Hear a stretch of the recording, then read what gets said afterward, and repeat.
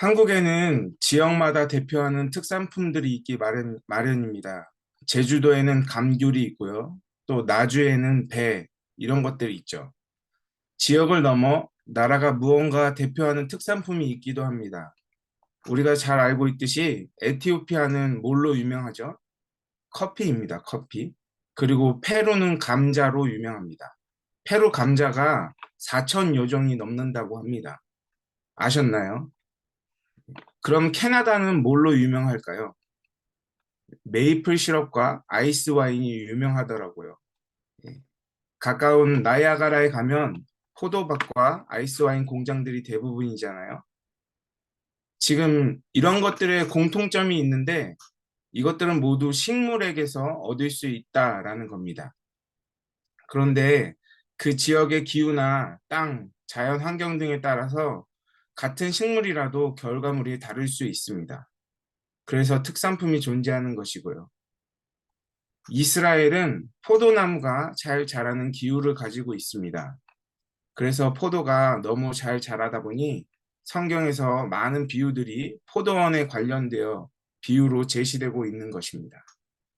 오늘 본문에서도 포도원이 나오죠. 그리고 또 오늘 비유에서는 무화과 나무가 등장합니다. 그런데 신기한 것은 포도원에다가 한 사람이 무화과 나무를 심었다라는 겁니다. 아마도 문맥상 주인이 심었겠죠. 그리고 그는 이 나무에서 열매를 발았기 때문에 심었다 하지만 열매를 얻지 못하였다 합니다. 그래서 주인은 포도원지기에게 이렇게 말을 합니다. 내가 3년을 와서 무화과 나무에서 열매를 구하고 있는데 얻지 못했다. 야, 아깝게 땅만 버릴 수 없으니 찍어버려라. 예, 그러자 포도원지기가 주인님, 올해도 그대로 두시지요. 제가 두릅하고 거름을 주겠습니다. 그래도 열매가 없으면 그때 찍어버리시지요. 예, 이렇게 말하는 게 오늘 비유입니다. 우리는 흔히 이 비유를 나무의 비유나 열매의 비유로 읽습니다. 그리고 그렇게 해석을 하죠. 제가 가지고 있는 성경에도 6절 위에 이 비유의 제목을 붙여 놓았는데 열매 맺지 못하는 무화과 나무 비유 이렇게 써 놓았습니다. 그런데 여러분 조금 더 이렇게 자세하게 본문을 살펴보면 이 비유는 나무나 열매의 비유이기 전에 땅에 대한 이야기임을 알 수 있습니다. 무화과 나무가 열매를 맺지 못하는 것은 1차적으로 나무 그 자체에 어떤 문제가 있어서가 아니라 땅이 좋지 않아서입니다. 예, 땅이 문제이기 때문에 나무에도 문제가 생겼고 나무에 문제가 생기니 열매가 없는 거잖아요.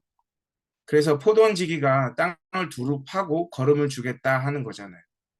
예, 땅이 문제이기 때문에 나무를 기르는 전문가라고 할 수 있는 포도원지기가 해결책으로 제시한 방법이 땅을 비옥하게 만드는 것입니다.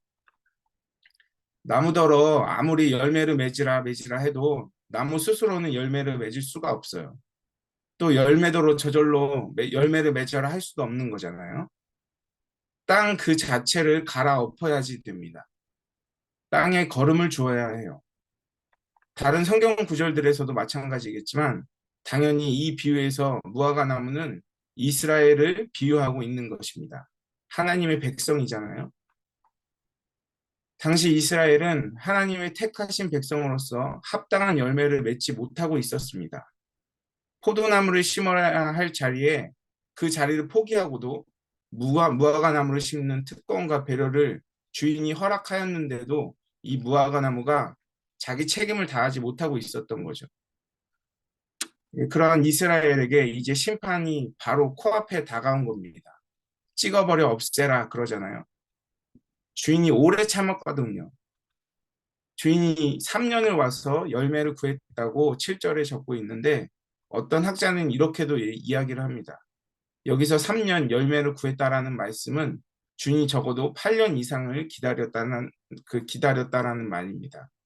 왜 그런가 하면 히브리 사람들의 율법에 따르면 무화과 나무는 2년생부터 심을 수가 있고 그 후에 3년 동안 율법에 근거해서 할례 받지 못한 나무로 여겨지기 때문에 딸 수가 없는 거예요. 열매를 구하면 안 되는 거예요.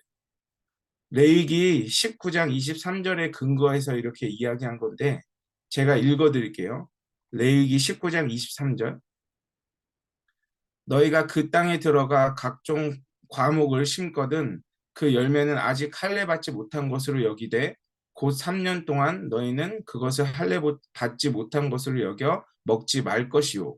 예, 그렇게 적혀 있습니다. 그래서 율법에 의해서 2년생을 심어야지만 되고 또 3년 동안은 할례 받지 못한 것으로 여겨서 열매를 구하지가 않죠. 그래서 5년 차에 찾아갔는데 열매가 없었고 6년 차에도 열매가 없었고 7년 차는 안식년이라서 건너뛰어야지 되고요. 그리고 8년 차가 여기서 말하는 3년째라는 거죠. 그래서 그 3년을 와서 열매를 구했는데 얻지 못했다라는 것은 뭐 이렇게 주장하신 분이 그 8년이라고 대충 이렇게 이야기를 하는 것입니다. 네, 이 주장이 틀렸다 하더라도 3년 동안이라는 기간은 긴 시간 아니겠습니까? 그러니 오래 참았다라는 거죠, 주인이. 그런데 주인은요, 아주 참지는 않습니다. 심판이 선언되었는데 곤란한 것이 있어요. 뭐가 곤란하죠? 무화과나무는 나무 자신이 스스로 열매를 맺기에 불가능하다라는 거잖아요. 왜 그렇다고 하는 거죠? 땅이 문제라고 하니까요. 네. 더 근본적으로 근원적인 문제가 해결돼야지만 하는 겁니다. 그런 딜레마 가운데 포도원 지기가 나서는 거예요. 8절 다시 한번 보실까요? 8절입니다. 대답하여 이르되 주인이여 금년에도 그대로 두소서 내가 두루 파고 걸음을 줄이니. 여러분 이게 복음의 선포입니다. 이게 은혜예요. 이게 왜 은혜이고 이게 왜 복음 선포인지 이해가 되시나요? 눈치는 채셨겠지만 제가 다시 한번 자세히 설명해 보겠습니다. 6절에 이의 비유로 말씀하시되 하면서 비유가 시작되었는데 왜 갑자기 이 비유가 튀어나온지를 알려면 역시 앞뒤의 문맥을 살펴야겠죠. 13장 1절부터 5절까지를 보시면 당시 실제로 있었던 두 가지 사건에 관해서 이야기가 등장합니다. 먼저 첫 번째 사건 1절입니다. 13장 1절에 보시면 그때 마침 두어 사람이 와서 빌라도가 어떤 갈릴리 사람의 피를 그들의 제물에 섞은 일로 예수께 아뢰니 로마 총독 빌라도가 갈릴리 사람을 죽인 사건을 유대인들이 와서 전해줬어요. 그런데 그 이야기를 전한 의도는 그 갈릴리 사람들의 죄가 얼마나 크면 저런 천벌을 받았겠습니까? 그런 뉘앙스예요. 그리고 그런 천벌을 피한 자신들은 그만한 죄인이 아니라 우리는 그 정도 벌을 받을 죄인이 아닌 겁니다. 이렇게 대조해서 이야기하고 있는 거죠. 그래서 예수님께서 그 사람들에게 뭐라고 그러냐면 2절에 이 갈릴리 사람들이 이같이 해 받음으로 다른 모든 갈릴리 사람보다 죄가 더 있는 줄 아느냐 이러시거든요. 그러니까 그들이나 너희나 다 죽음 앞에서는 다를 바 없는 죄인들이라는 거예요. 너희가 조금 더 잘나서 그 재앙을 모면했다 생각하지 말라는 겁니다. 예. 그리고 4절에 나오는 두 번째 사건에서도 같은 교훈을 주고 있습니다. 실로암에 있는 망대가 무너져가지고 18사람이 죽었습니다. 그런데 그런 사고를 당하거나 해를 당하면 당시 사람들이 생각하기를 얼마나 못됐으면 얼마나 죄가 크면 저런 천벌을 당하겠는가 그랬다라는 겁니다. 뜻하지 않는 사고를 당하거나 질병에 걸리거나 우리가 안 좋은 일이 생기면 혹시 내가 벌 받는 거 내가 벌을 받는 거 아닌가 하는 질문이 떠오르는 건 인간의 본능에 속한 거 아니겠습니까? 불교에서만 인과응보를 말하는 게 아니에요. 당시 유대교도 마찬가지였거든요. 인과응보의 개념이 유대교에서는 율법주의 정신으로 표현된 것뿐인데 그래서 그들은 율법을 잘 지키고 착한 일을 많이 함으로써 덕을 쌓아야 죄 용서를 받고 구원받는다. 그렇게 알고 또 믿고 그것을 위해서 끊임없이 노력했던 거잖아요. 그런데 예수님께서는요, 그런 일반적 통념을 깨뜨려 버리십니다. 그리고 이렇게 질문하시거든요. 그 죽음 18명은 그 예루살렘에 거한 다른 모든 사람보다 죄가 더 있는 줄 아느냐? 예.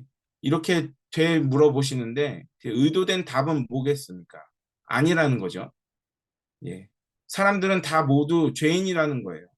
물론 죄 많고 적고 예, 그 크고 작음이 있습니다.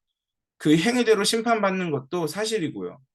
그러나 하나님 기준에서 보면 여러분 천부를 훔치거나 10만 부를 훔친 예, 그런 죄의 범위에 속한 건 뭐 다 마찬가지 아니겠습니까?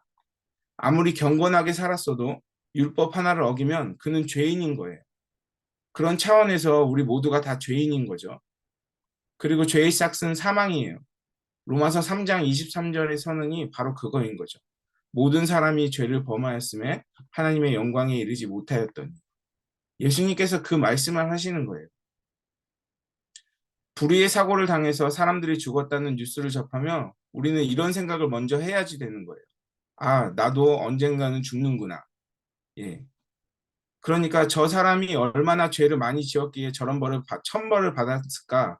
예, 이런 생각을 하는 게 아니고요. 나 역시 죽어서 언젠가 심판대 앞에 서겠구나. 이런 거를 먼저 생각해야지 되는 거예요. 그래서 이 두 사건에 대해서 예수님께서 말씀하시면서 3절과 5절에 단어 하나 틀리지 않고 똑같이 이렇게 말씀하십니다. 아니라 너희도 만일 회개하지 아니하면 다 이와 같이 망하리라. 네, 회개하지 않으면 너도 빌라도에게 죽음을 당할 것이고 또 빌딩이 무너져서 깔려 죽을 것이다. 그런 말을 하는 것이 아니잖아요. 네, 회개하지 않으면 모두 죽을 수밖에 없는 존재이다. 이렇게 말씀을 하시고 계시는 거예요. 인간은요, 태어나면서부터 죽음이라는 불치병에 걸려 있는 겁니다. 예, 하루 더 산 것은 하루 더 죽음에 가까워졌다는 거잖아요. 죽음이라는 병에 걸렸기 때문에 죽음의 증상들, 죽음의 열매들이 우리의 삶 가운데 맺어지는 거예요. 우리는 그걸 죄라고 합니다. 인간이 죽을 문제가 근본적으로 해결되기 전에는 생명의 열매를 맺을 수 없는 거예요. 그러니 그 땅이 근원이 죽어 있는데 나무더러 아무리 열매를 좀 맺어라 해도 나무는 못하는 거죠. 땅이 너로 말미암아 저주받고 땅이 내게 가시넝쿨과 엉겅퀴를 낼 것이다. 예, 이게 아담의 죄로 인해서 저주받은 땅이거든요. 땅이 그토록 황폐되었다라는 것은 인간의 전인적 타락의 모습을 설명하는 것인데 그래서 모든 인간은 죄로 인해 죽을 수밖에 없는 존재예요. 예, 그러니 어떻게 해야 될까요? 우리는 다 죽음을 향해 가는 죽을 수밖에 없는 존재들이에요. 여기서 죽음이 단순히 육체적인 호흡이 끊어짐을 말하는 것이 아니라 하나님과의 관계가 끊어짐, 예, 그 죽음을 말하는 겁니다. 영의 죽음, 영원한 죽음. 예. 여러분, 이 문제를 어떻게 해결할 수 있나요? 방법은 딱 하나죠. 회개해야지 돼요. 예, 간단하죠? 그런데 과연 회개하면 다 해결되나요? 회개하지 않으면 다 이와 같이 망하리라 하셨으니까 회개하면 되겠네요. 예, 간단하죠? 네, 그런데 그렇긴 해도 여러분 또 한편으로 생각하면요. 회개는 필수인데 나무 자신이 노력해서 열매를 맺을 수 없는 것은 땅이 문제가 생겼기 때문이잖아요. 마찬가지로 이미 죽은 인간은 토질이 나쁜 땅에 심겨진 나무처럼 제 자신이 아무리 노력하고 발버둥 쳐봐도 회개라는 것을 아예 할 수가 없어요. 회개해야지 하는데 회개할 수 없는 거예요. 살 길은 회개뿐인데 회개조차 회개를 해야 하는 거 그것조차 알지 못하고 영적으로 죽고 있는 인간들의 특징이란 말이에요. 그래서 웨스트민스터 신앙고백서 15장 생명에 이르는 회개에 관하여라는 장에 보면 제3조에 보면 이렇게 적고 있습니다. 회개는 죄에 대한 어떤 만족을 주는 것이 아니라 또는 죄를 용서해 주는 모든 원인이 되는 것이 아니다. 죄를 용서해 주는 것은 그리스도 안에 있는 하나님의 자유로우신 은혜이다. 그러나 회개는 모든 죄인에게는 불가피한 것으로 누구든지 회개하지 않고는 죄의 용서를 기대할 수 없다. 이 말이 이해가 되시나요? 좀 어렵죠? 이 생명에 이르는 회개에 관한 3조 조항이 앞뒤가 안 맞는 말인 거 아시겠나요? 예. 이렇게 얘기하고 있는 거예요. 회개해야지 죄 용서가 있다고 해요. 회개는 필수예요. 그런데 회개가 죄를 용서해주는 어떤 원인이나 근거가 되는 것은 아니랍니다. 예, 이해하기 참 힘든 말이죠. 성도님들 혹시 우리 장로교 신앙에 구원의 서정이라고 있는데 예, 그 목사님 통해서 많이 배우셨죠? 예, 순서를 보면 회개, 즉 회심을 중생 다음에 놓았습니다. 중생은 본 어게인이죠. 그리고 회심은 회개예요. 그런데 우리가 상식적으로 생각해 보면 회개를 해야 새 사람으로 태어나는 본 어게인이 되는 거잖아요. 그런데 그렇지 않다고 하죠.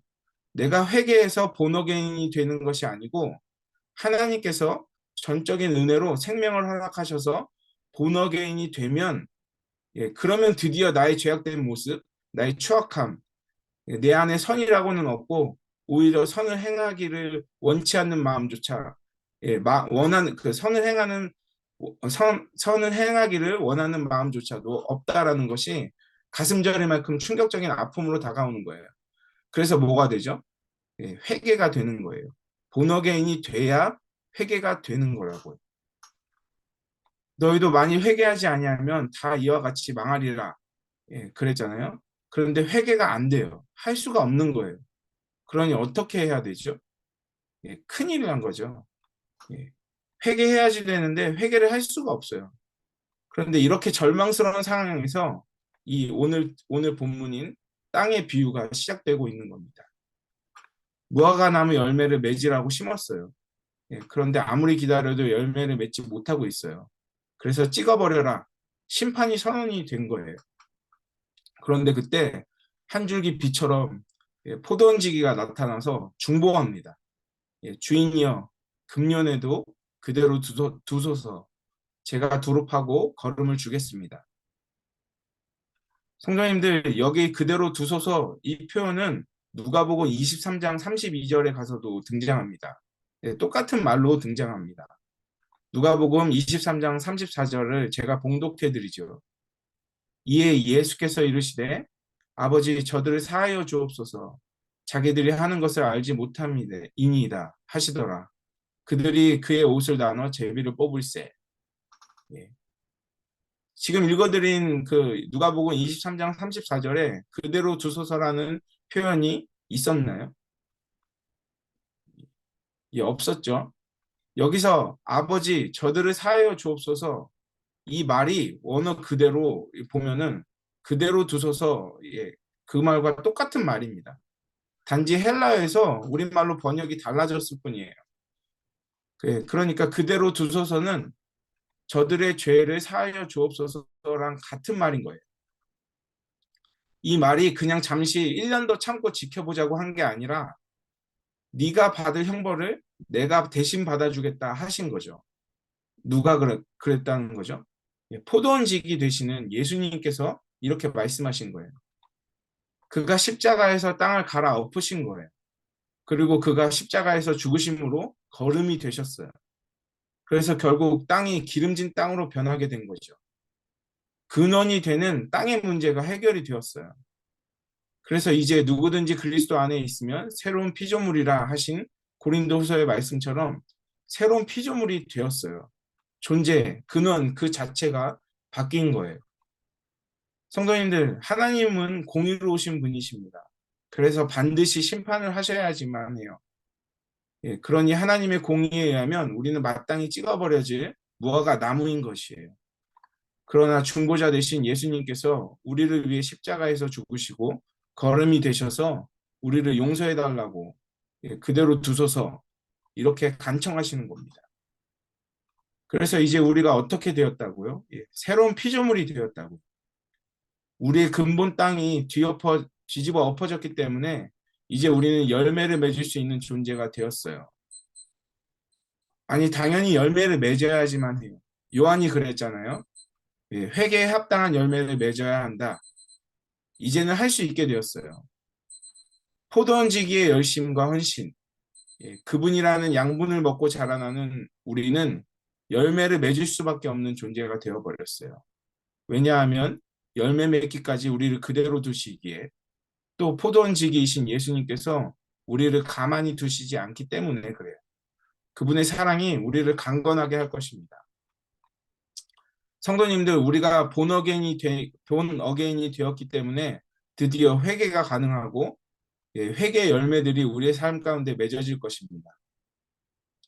새로운 피조물이 된 우리들은 이제 죄악된 모습, 더럽고 추악함, 내 안에 깨끗함이 없다라는 거, 내 안에 선을 행하는 마음조차 없다라는 것을 깨달으시고, 그 사실에 충격받으시고, 그것으로 인해 마음이 깨어지시고, 그래서 진심으로 가슴을 찢으며 회개하시길 바랍니다. 아직 우리에게 기회가 있습니다. 그대로 두소서, 이렇게 말씀해 주시는 분이 친히 십자가에 달려서 땅을 뒤엎고 걸음을 주셨기 때문에, 또 그것으로 하나님과의 관계가 회복될 수 있기에, 그래서 그대로 두소서, 그 말은 엄청난 복음 선포인 것입니다.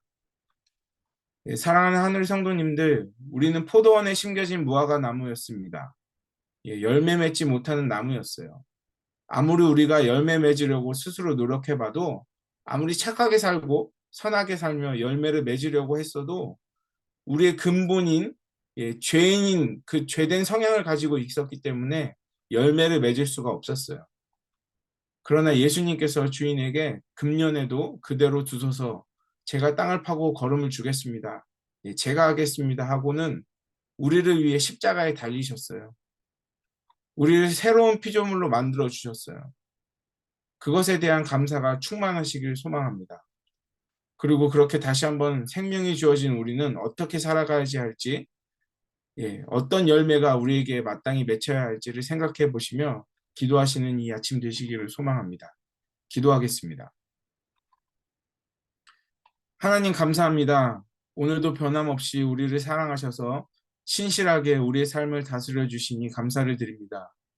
스스로 절대 열매 맺을 수 없는 우리들에게 포도원지기가 되시는 예수님의 열심과 사랑으로 우리에게 열매가 맺어질 것을 믿습니다.